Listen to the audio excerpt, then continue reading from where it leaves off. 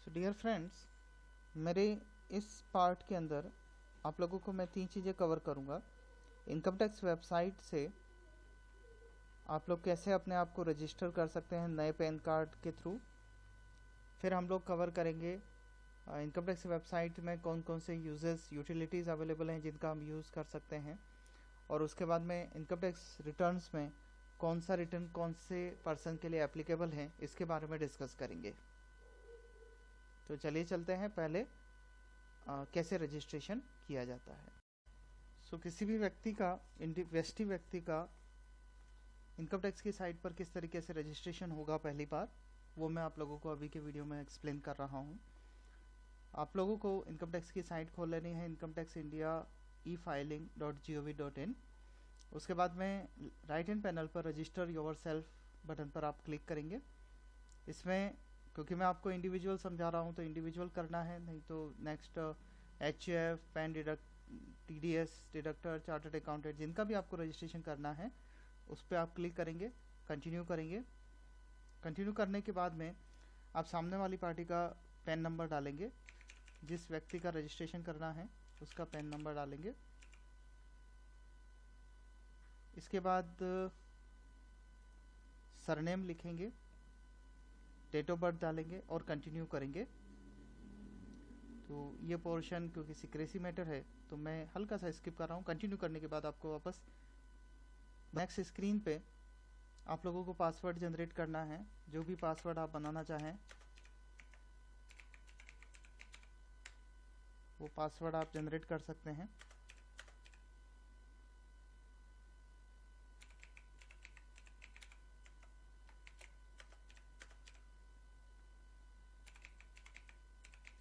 दो बार आपको पासवर्ड डालना होगा। सीक्रेट क्वेश्चन आपको डालना है।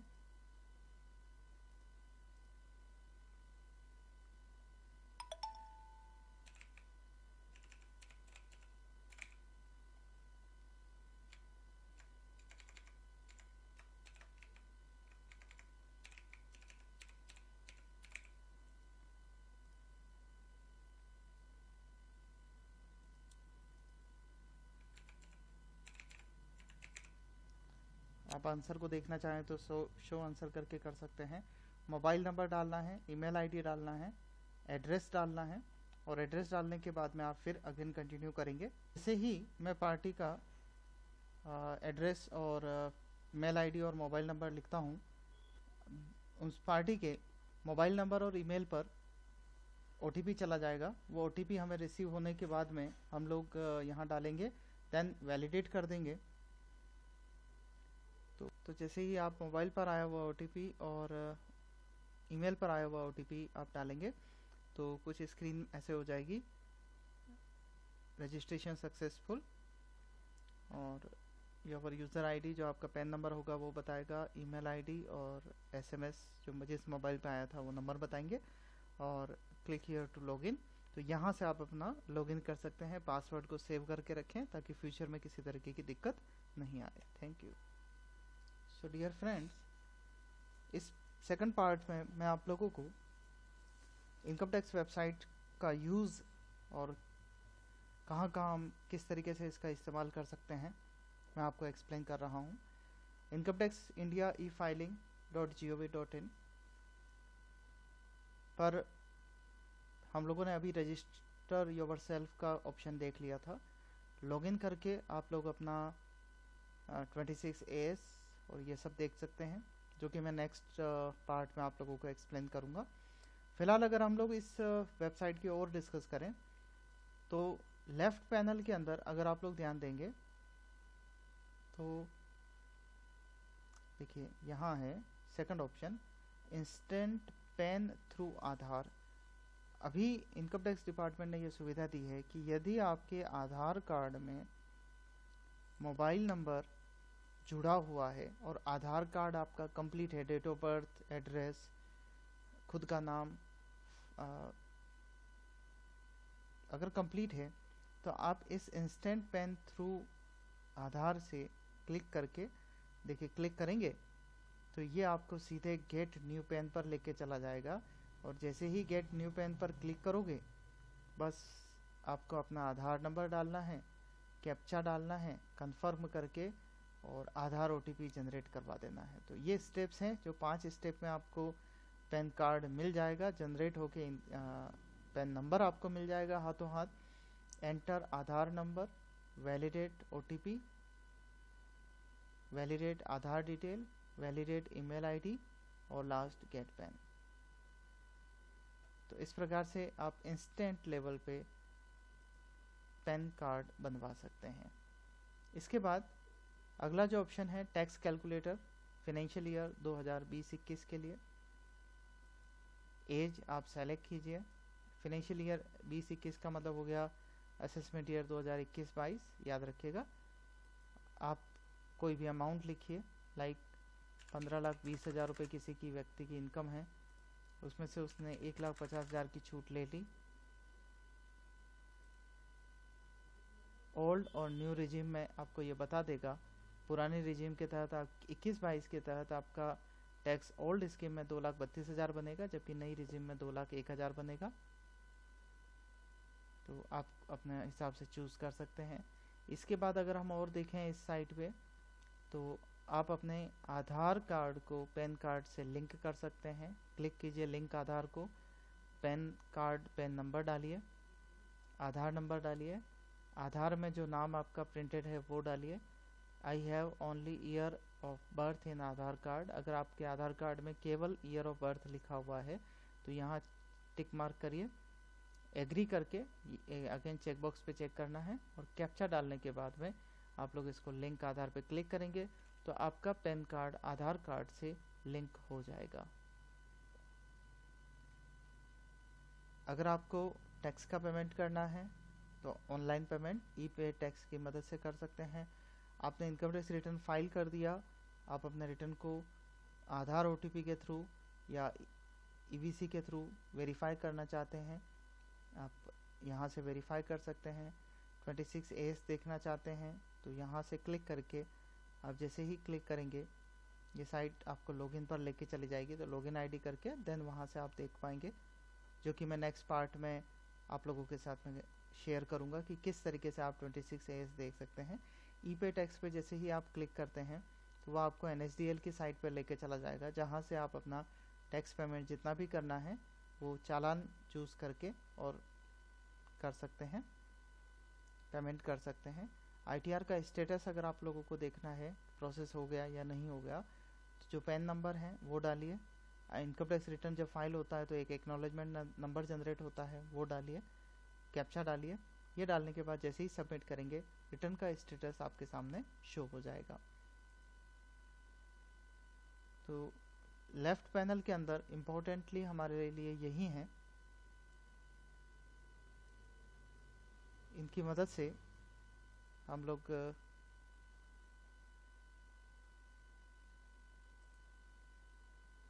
वेरियस जो एक्टिविटीज़ हैं वो आसानी से यूज़ कर सकते हैं।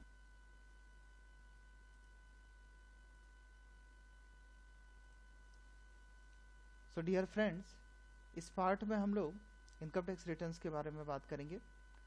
टोटल 7 फॉर्म्स हैं इनकम टैक्स के, जो जिसमें से किसी एक को किसी पर्सन को असेसी को भरना होता है। तो कौन कौन से फॉर्म्स हैं? ITR 1 की अगर बात करें तो ये केवल व्यष्टि करदाता के लिए एप्लीकेबल होता है। ITR 2 व्यष्टि और हिंदू अविभाजित परिवार दोनों के लिए एप्लीकेबल होता है। ITR 3 भी व्यष्टि करदाता और हिंदू अविभाजित परिवार के लिए एप्लीकेबल है। ITR 4 इंडिविजुअल और HUF और पार्टनरशिप फर्म्स के लिए एप्लीकेबल है अदर देन LLP। पर फर्म्स के लिए अगर बात करें तो कुछ लिमिटेशंस हैं जो मैं आने वाले समय में आप लोगों को बताऊंगा इसी वीडियो में। ITR 5 for persons other than individual के लिए 4 हो चुके हैं, हिंदू अविभाजित परिवार भी कवर हो गया है।